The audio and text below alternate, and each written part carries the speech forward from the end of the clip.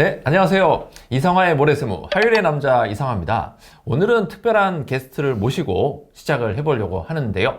여러분들이 이제 영어권에 관련해서 굉장히 질문들을 많이 합니다. 오늘은 진짜 스페셜 게스트를 이제 모시고 같이 한번 진행을 해보도록 하겠습니다. 평가사님 반갑습니다. 네, 반갑습니다. 네. 저를 이렇게 초대해 주셔서 감사하고요. 저는 이름은 이상용이라고 합니다. 오빠 이상용.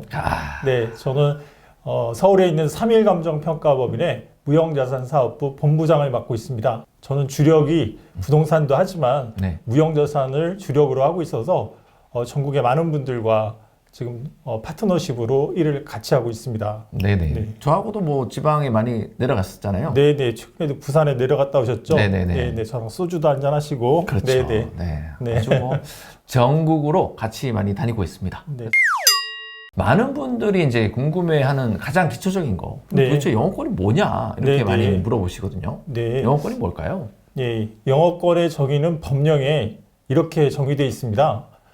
고정 단골 고객이나 거래처의 확보, 유리한 점포 위치, 양호한 신용, 원만한 노사관계, 기업의 좋은 이미지 등 사업을 영위하면서 쌓아온 무형의 가치라고 정의되어 있습니다. 네, 되게 추상적인 말인데요. 쉽게 말하면 시중에서 이제 권리금 뭐 이런 용어를 네네. 흔히 쓰지 않습니까? 그것과 같진 않지만 유사한 개념으로 좀 이해해 주시면 좋겠어요. 네네네. 그 영어권이 의뢰되는 경우가 두 가지 경우가 있는데요. 개인 사업자가 법인 네. 전환할 때 그렇죠. 가장 많이 의뢰되죠.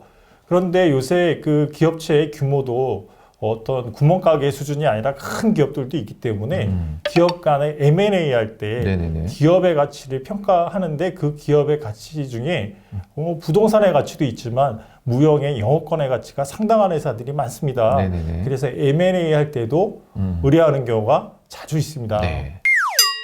오늘 좀 이제 뻔한 얘기 말고 네네. 좀 뻔하지 않는 영어권에 대해서 얘기를 좀 해보려고 하는데요. 네네. 오늘 아주 영어권은 개인 사업자에서 법인 넘어갈 때 네네. 5억 원을 넘기지 마라. 네네. 이런 얘기를 하더라고요. 네, 근거 없는 루머고요. 네네. 영어권이란 것은 객관적인 기준이나 데이터를 기초로 해서 그 가치를 평가하는 건데 네네. 그 논거나 근거가 명확하면 수십억을 내도 전혀 문제가 없습니다. 네네. 근데 지금 시중에서 무형자산을 현장에 나가지도 않고 평가를 한다거나 또는 과다하게 평가를 해서 네네. 세무서에서 부인당하는 경우들이 발생하고 있어요. 아하. 특히 작년 연말에 발생한 부산지방청 관할하에서 100여 군데의 기업체가 무형자산 감정평가를 세무조사를 받았습니다. 네네. 이러다 보니까 전국에서 근거 없는 루머가 지금 난무하고 있는 상황이죠. 네네. 네.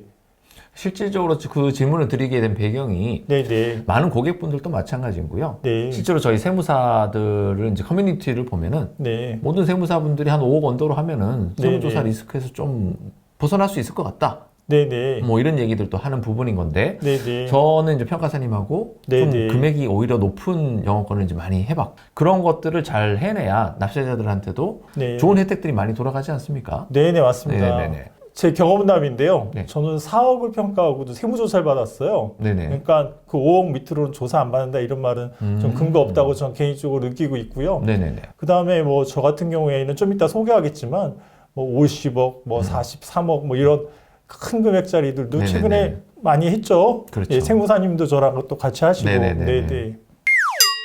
그러면 뭐 얘기 나온 김에 네. 세무조사와 관련해서는 보통 이제 저도 마찬가지지만은 세무사가 이제 진행을 많이 하게 되는 부분인 건데 네.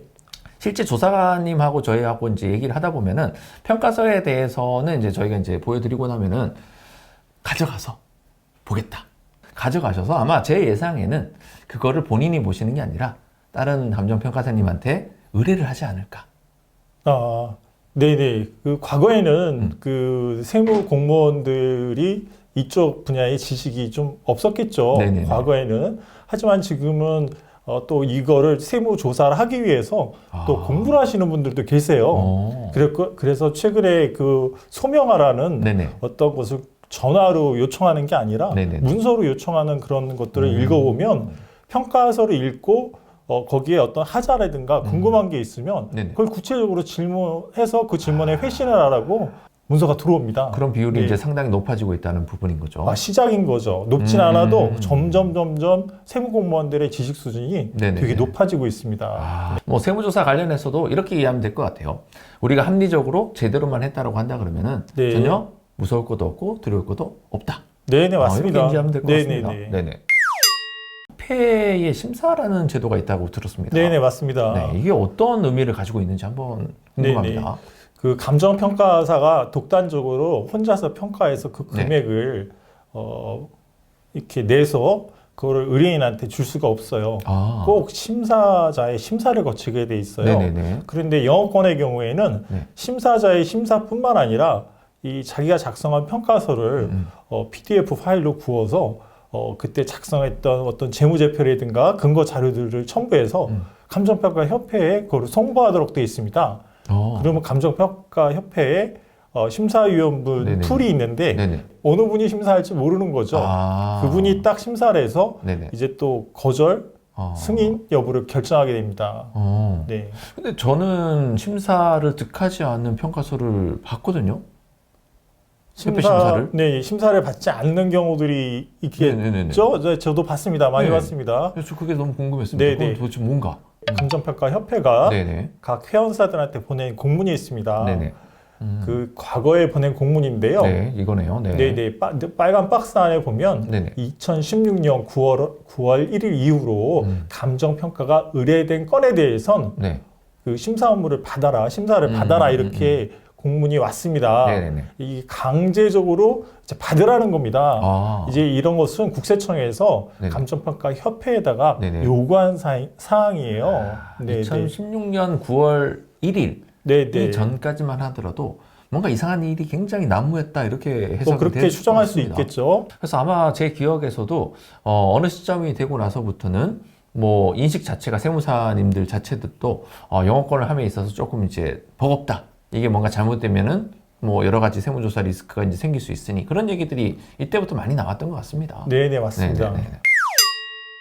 뭐 구체적으로 이제 필증이라는 게 이렇게 생겼네요. 네네, 맞습니다. 그 가운데 보면 감정평가 심사위원회 네네. 위원장 직인도 있고 네. 맨 밑에는 그 상급 기관인 한국감정평가사 협회장의 직인도 있습니다. 네네네. 요거는 하나의 든든한 그렇죠. 백과 같죠. 네네. 나중에 이게 세무서에서 세무조사 때 문제돼도 이런 심사 필증 하나 네네. 있으면 좀 한시름 덜겠죠. 네네. 네네. 저는 분명히 심사 필증이 없는 평가서를 봤습니다. 네네. 최근에도.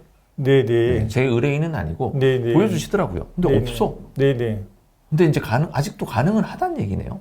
이렇게 협회에서 심사를 받으라고 했음에도 불구하고 심사에서 거절할 수도 있으니까 그렇죠. 본인이 짐작할 때 이게 좀 그러겠는데 그러면 이제 본인 이름만 해서 네네, 그죠. 나가는 네네. 평가서가 될 수 있다. 네네. 또는 발각이 되면 나중에 큰 낭패를 겪게 되겠죠. 그렇죠. 네네. 뭐 평가사님도 낭패를 겪게 될 것이고 의뢰하신 고객분들도 세무서에서 이거는 뭐 좀 약간 신뢰하기가 좀 곤란하다. 네네. 이렇게 될 수도 있다. 네네. 부인당하면 이제 뭐 상여 처리가 되기 때문에 그렇죠. 네, 세금 두들겨 맞는 것뿐만 아니라 가산세도 그렇죠. 이만저만한 게 아니죠. 그렇죠. 네네. 네네네. 어떤 업종이 영어권에 관련해 가지고 조금 더 잘 될 수 있는 건지. 뭐 개인 사업자들이 법인 전환을 한다 이럴 때는 업종 불문하고 네. 매출이 어느 정도 그 성실신고 확인 제도에 적용되는 네네. 그 수준을 넘어서면 다 법인 전환해야 되겠죠. 그렇죠. 네. 요새 와서 가장 눈에 띄는 추천하고 싶은 분야는 유튜브 그렇죠. 스타라든가 네. 그다음에 대치동 스타 강사들 이분들이 개인 사업자가 엄청 많습니다. 네네네. 근데 이분들의 소득은 성실시고 확인 수준을 이제 넘어섰어요. 그렇죠. 넘어선 지도 오랜데 이 제대로 된 세무사나 감정평가사를 만나지 못하셔갖고 어떻게 해야 되는지 아직 모르시는 경우도 많아요. 제가 온몸으로 그거를 표현하고 싶었는데 네네. 표현이 안 되더라고요. 네네. 네. 뭐 춤을 추시죠 저랑. 그러게요. 뭐 대치동 뭐 일타 강사라든가 유튜브 스타들이 이런 영어권의 가치가 그 작을 수 없겠죠. 네네. 소득이 워낙 크고 네. 매출도 높고 네네. 순수한 소득도 높고 네. 그러니까 그 영어권의 가치도 상당하다고 볼 수 있겠습니다. 네. 네. 또 제가 또 이제 나름대로 저도 이제 영어권에 관련한 업무를 많이 좀 진행을 하다 보니까 궁금점이 이제 생겼는데, 제조업하고 도소매업하고 서비스업 이렇게 있는데 서비스업이 제일 많이 영어권이 나오더라고요. 뭐 이유가 있을까요? 기업의 가치는 크게 그 유형자산의 가치와 무형자산의 네네. 가치의 합이에요. 네네. 그런데 제조업은 보통 제조 활동을 하기 위해서 공장을 갖고 있지 않습니까? 네. 그럼 기업의 가치에서 그 유형자산, 네. 부동산의 가치가 차지하는 비중이 높습니다. 아, 그렇죠. 그러다 보면 거기에서 기업의 가치에서 유형자산을 빼면 무형자산의 가치가 조금 남겠죠. 근데 서비스업은 부동산이 없지 않습니까? 네네. 그러니까 순수한 기업의 가치가 무형자산의 가치로 꽉 차 있는 경우가 많습니다. 그럼 뭐 평가사님도 마찬가지고 저도 마찬가지고 전문 자격사 분들도 영어권을 평가를 해야 되는 케이스가 있겠네요. 그러면요, 세무사가 네. 개인 사업자로 있다가 법인으로 네네. 들어간다든가, 네. 개인 사업자끼리 합병을 한다든가, 그렇죠. 이럴 때는 뭐 당연히 세무사님들도 네네네. 저희한테 영어권을 의뢰하십니다. 네네네. 변호사들도 마찬가지고요. 그렇죠. 네네. 네. 마지막으로 제가 궁금한 게 하나가 있는데요. 네네. 소급 감정이 이루어지는 케이스들도 이제 있더라고요. 네네. 이런 거에 대해서는 이제 어떻게 소급 감정을 하면 무조건 문제가 되는 건가요? 아닙니다. 지금 영어권 감정 평가를 소급해서 한다. 이 네네네. 의미는 네. 그 개인 사업자가 법인 전환할 경우를 예를 들면 네네. 그 양수도하는 시점에 영어권 평가를 안 하고 네네. 1년, 2년, 그렇죠. 3년 뒤에 영어권 평가를 하는 건데, 이렇게 이런 일이 발생하는 건 그 업체 대표님이 그 법인 전환할 때 영어권을 평가할 수 있다는 사실을 뒤늦게 인지한 거죠. 그런데 이게 그 관련 법에 보면 언제까지 영어권 평가를 해야 된다는 규정이 없습니다. 그런데 통상 관행적으로 네. 양수도하는 시점에 하는 것이 관행이니까 그렇죠. 세무 공무원들이 뒤늦게 하면 문제를 삼게 되는 게 그쵸. 일반적인 모습입니다. 네네네. 그런데 그거를 무조건 안 된다고 할 수 없고 그것도 관련된 규정이라든가 또 이런 걸 적용해서 세무 공무원들을 잘 설득하면 그 문제 없이 넘어가는 경우도 있고요. 저 같은 경우도 양수도하고 3년 뒤에 평가를 했는데 그게 세무서 내에 심의기구를 통과해서 네. 승인이 나서 별 문제 없이 넘어가기도 했습니다. 네. 평가사님이 이렇게 좀 쉽게 얘기하니까 굉장히 쉬워 보이는데 네. 실질적으로 일선에서 조사라든지 이렇게 진행해보는 저 세무사 입장에서는 네.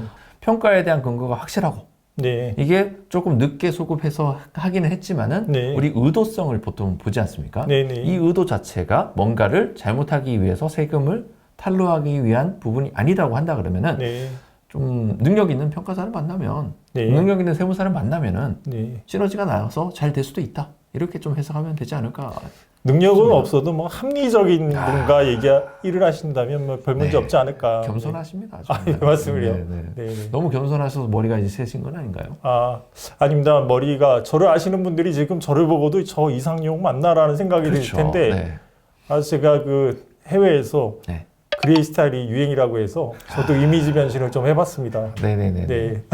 알겠습니다. 네. 오늘 뭐 준비된 시간은 1부는 이렇게 이제 마치도록 하고 네네. 우리가 다음 주에 다시 배웠을 때는 우리 진짜 제대로 된 어떤 사례를 가지고 네네. 뭐 재밌는 얘기를 이제 할 수 있을 것 같습니다. 네네네. 네네네. 다음 오늘, 편에도 네. 기대해 주시기 바랍니다. 네. 네네. 알겠습니다. 이상화 세무사였습니다. 네, 이상용이었습니다. 고맙습니다. 네, 감사합니다.